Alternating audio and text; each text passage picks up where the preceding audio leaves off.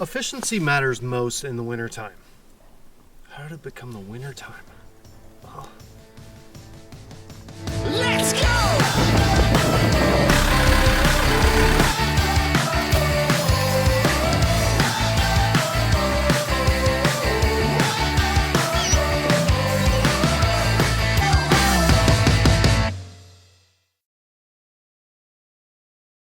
Now that we've got our structure where we need it, it's time to insulate the attic and start putting the drywall up.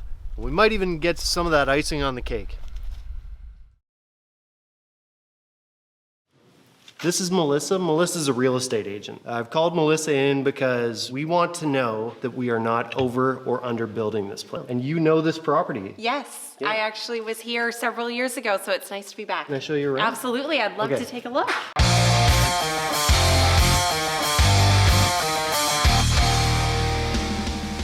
Yeah, these floors, this is just the concrete. We did the foundation and we decided that was an economical way to achieve the passive house. The floor structure, and the finished floor were all kind of like one suite. I like all the choices that you've done so far. Thank you very much. Yeah.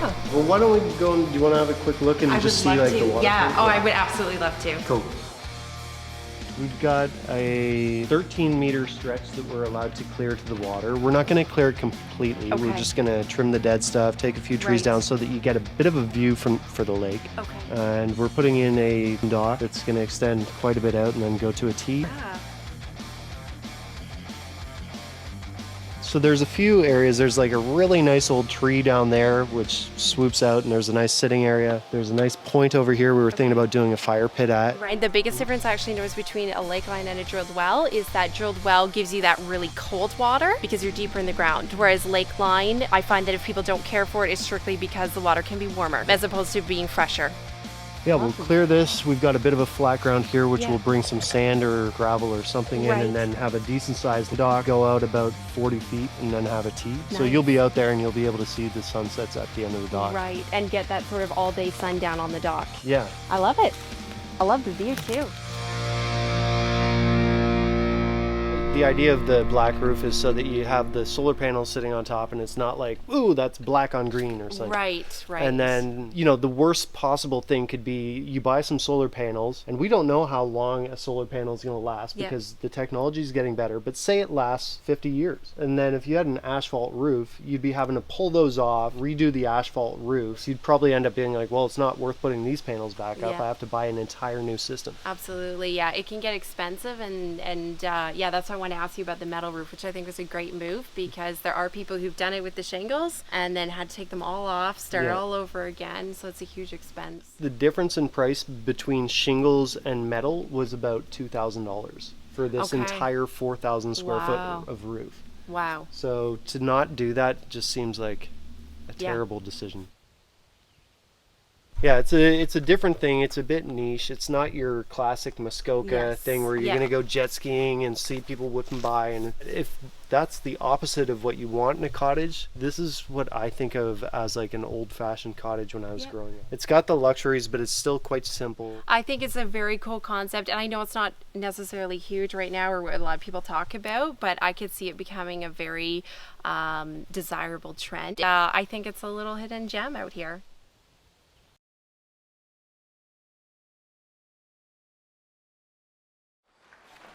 Yeah, it's getting to the time of the year. The weather's changing. We're trying to get her all closed in, have her finished before winter because that's the goal, right? We don't want to make this a 2-year project. And I've done what I can as like a lone soldier to try and cut costs and get us to this point because it is kind of a one guy at a time for the most part kind of thing. But now it's time to turn the heat up. It's time to get some help designing this place. Time to get some help assembling the siding, and anything I can get help on from a qualified person that's affordable, I'm going to take that opportunity.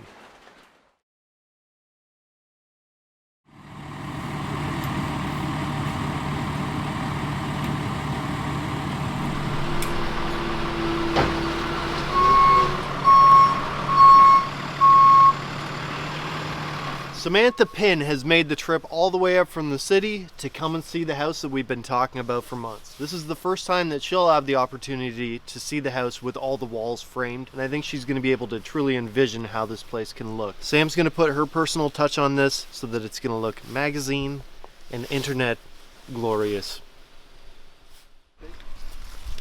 Can't believe you made it in here in this beautiful sports car. I drove through a big puddle. Okay, so can we go? Yeah, let's have Dying to see it.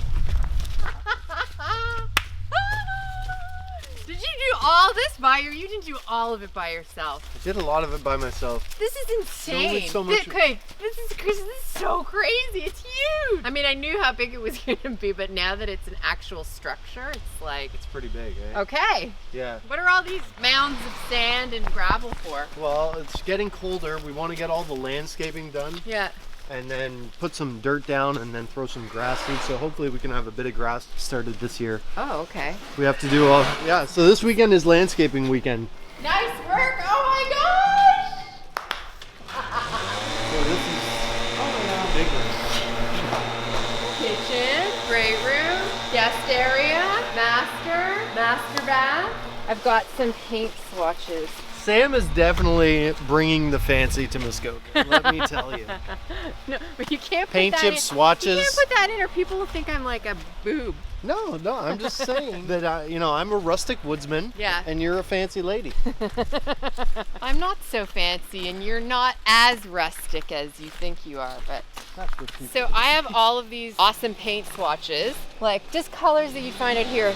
A little bit of green. Yep. I know you're not into the black, so there's no black, but there is some like stone gray colors, but I'm hoping that today we can pick all the paint. Let's do it. So I was thinking that we do counters. So Okay. around the perimeter of the kitchen, a lighter countertop. Okay. There's this beautiful soft white. It's handstone. It looks like marble, eh? Yeah, yeah. But it's man-made. Yeah, it's quartz. It's quartz that's made to look like marble. It's nice because that's the thing about marble is you want to use marble, but marble scratches so easily and it's Yeah. like high maintenance. And then there's the darker gray. So it's a cross between these two grays. So it's as dark as Uptown gray, Yep. but I'd like it to have some veining. Everything is nature inspired. Okay. I really want it to be a seamless transition between the inside to the outside. Nice. You like that idea? I like that.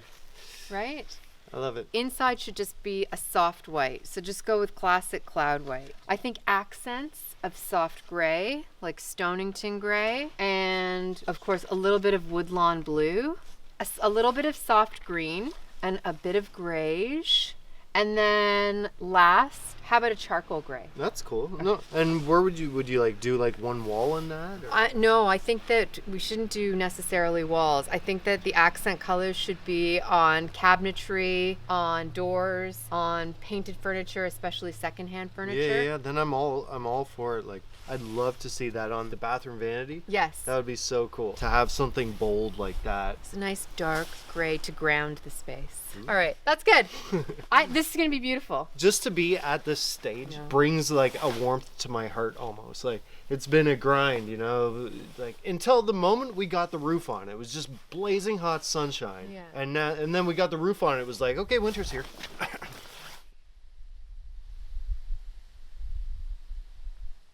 So we can go, I know you like the blues. So this is a blue that has, can we hold this one? This is a blue that has a bit of green in it. Okay. I was thinking here, but now that I look at it against the black, I feel like it's a bit too Easter eggy. I love this light blue, but I feel like this is Colin Hunter right here, a deeper blue. So if we go with this gray blue, with just a touch of green, the windows are white. Yep. And shutters would be black. Would they? Yeah. Well, let's play around a bit. I think that what we need to do is paint the siding. Peachmont gray. No, it's not Peachmont gray, it's Piedmont. Piedmont with the D.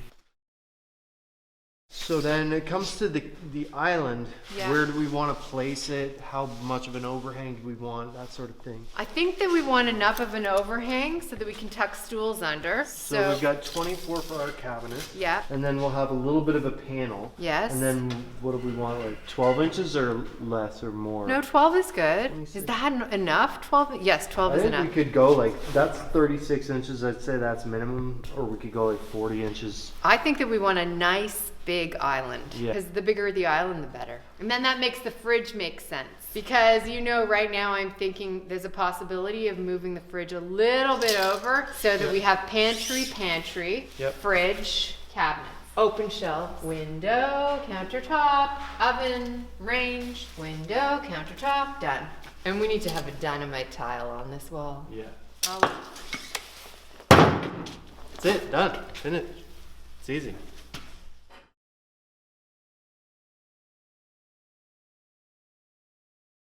All right, the last step before we can start drywalling is having our plumbing and our electrical inspected. So the way we test the plumbing and have it ready for the inspector is to pressurize the system, cap all the openings coming out of the roof and going out into the septic tank and everything. We seal it all up and then we put a pressure gauge on it. I just made this from parts at the hardware store. And then we fill it up with air. We fill up the drains to about 6 psi and it's got to hold for 15 minutes without changing. And then the actual water lines, we tie the cold and hot into one and we pressurize the whole system at 80 psi and it's got to hold that forever. Otherwise you have a leak. 6 psi and then I'm going to unhook this because that's all you want for drains. You don't want to overpressurize the drains. Good there. Our plumbing's finished. We got all the plumbing in, the whole house, capped off, pressurized, everything's looking good. I'll tell you, it was no treat. This colder weather has made these pipes a lot stiffer to move. I got a good arm workout from pulling pipe, but we've fed all of our pipes and everything's nicely color coded. The venting is something that's often forgot about or omitted by do-it-yourselfers, and it's really important. When a mass of water goes down the drain, something needs to take its place or it creates a negative pressure. This is kind of like a snorkel. It lets it breathe in air from up on the roof and as things flow downwards it pulls. And that's important because the P-trap, you know the thing under your sink that goes like whoop and it's sometimes got a little cap on the bottom and sometimes you have to clean it out and gets a little bit gross. Well, that thing's there to hold a line of water so that air can't come out of the drain. If you don't have proper venting, it ends up sucking that water out of there and you get sewer or city gases coming back up, and not only is it yucky, it's also really unhealthy. So we've got all our drains capped off as well as our water lines because we're pressure testing not only the water lines but the drains. This way I feel committed and I know that before the drywall went up we didn't have any leaks, and we've also used these protection plates to cover up all of our drains and everything. Anywhere that a drywall screw could try and poke through, we've put a protection plate on so that we won't have any issues once this is drywalled.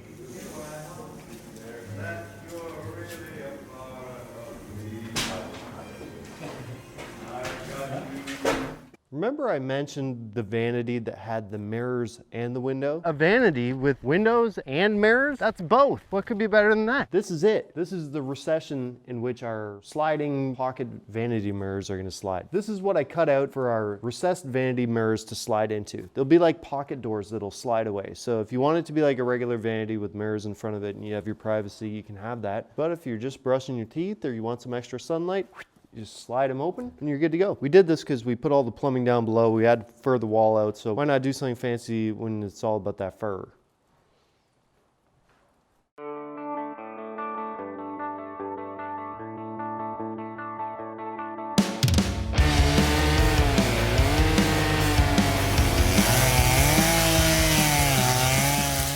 Beautiful, look at that view. The vista, it's unimaginable. I feel empowered by the vista.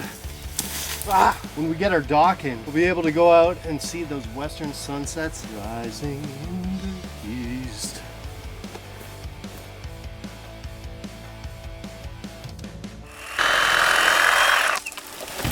Watch out, Nick. Get back.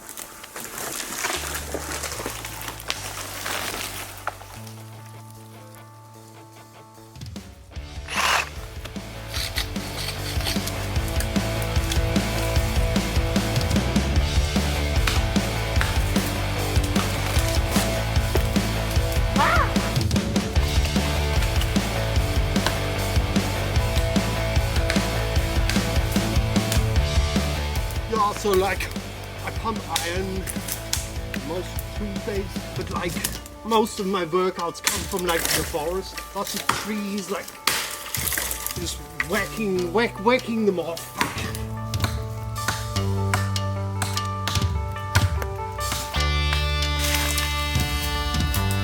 How do you like the view?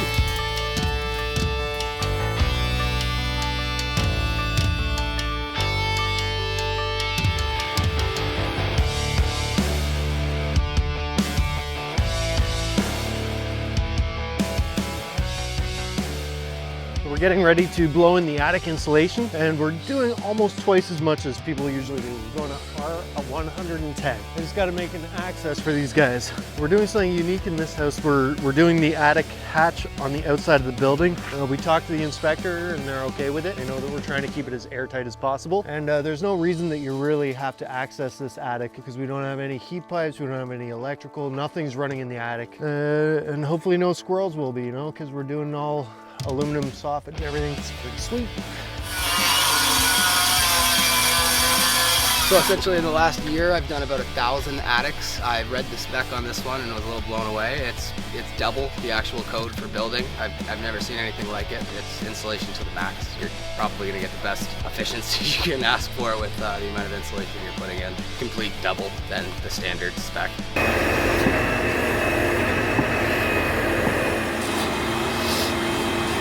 Drywall! Oh yeah!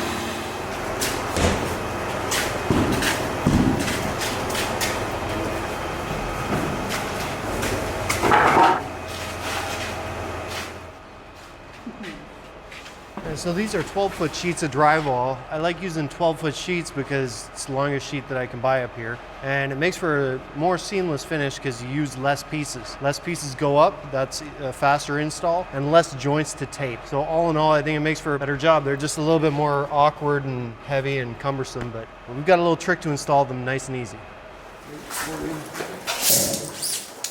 So right now I'm just measuring to put the OSB all over the ceiling. That's our air barrier that's gonna make the passive house even tighter. We've put up a standard vapor barrier, but it's really more like a vapor retardant membrane. But when we combine that with basically the same way we finished off our walls with OSB, we seal all the joints and then put tape over it. That's gonna give us the air tightness that we really want.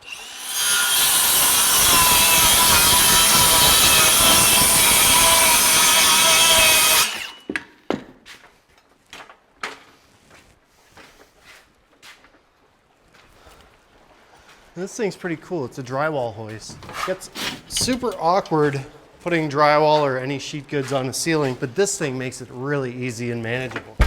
We get it roughly in position. Oh yeah, perfect. 10-foot ceilings makes it even harder to do this stuff, but when you have the right tools, it's really not that bad. Like this thing, machine gun screw feeder, it's gonna make quick work of this.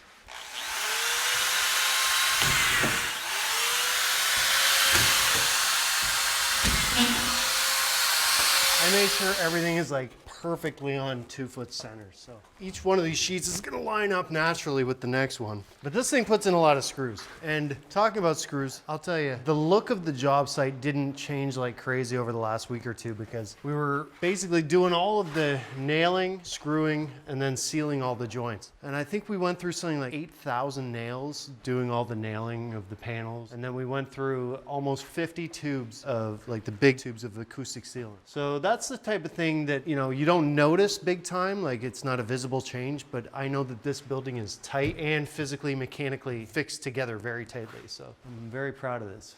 It's gonna be amazing.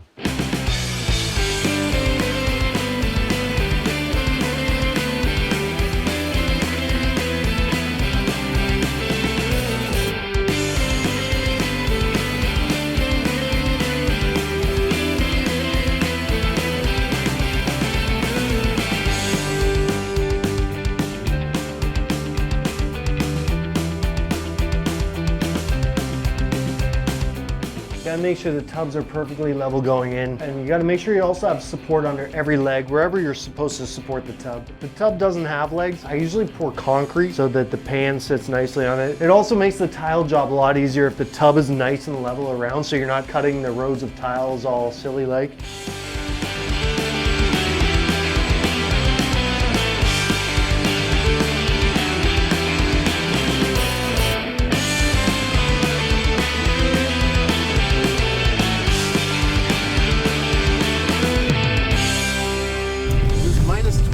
The other night. It's like the first week of November, minus 22. Here's my trailer that I jackknifed on the way up there. Things seen better days. Trying to rely on any tradesperson at all on this job has been like a nightmare. We're under a bit of pressure with the drywall. We've got a taper coming in first thing Monday morning to start taping. So I've committed to having half the cottage done by Monday morning for the taper, and it's Friday today. It's gonna be a long weekend.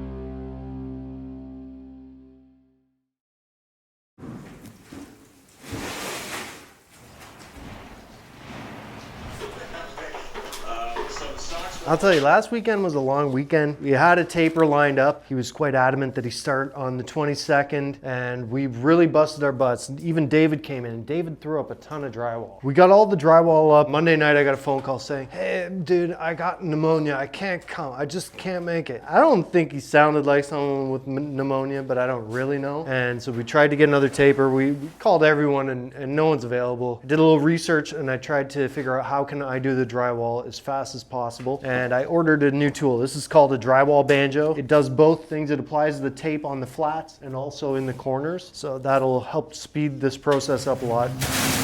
This seems like a good idea, right? Everyone agree?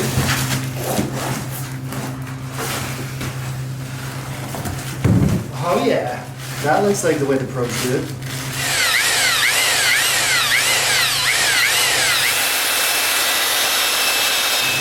It wants to lick the spoon.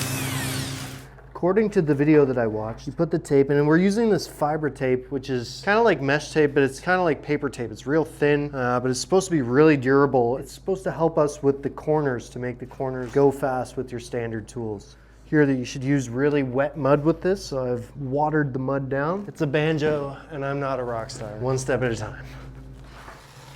Ooh, look at that. Oh yeah, one-handed. Oh my gosh. Rumor has it, you just put this here.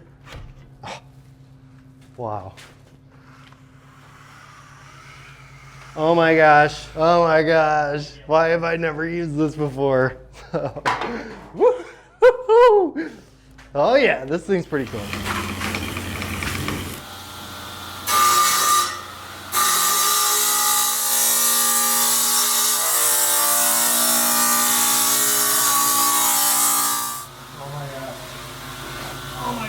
So there it is. We went from summer to winter, and we have all of our drywall in and the colors are picked. We're ready for the next steps, making this cottage feel like a home. Let's go!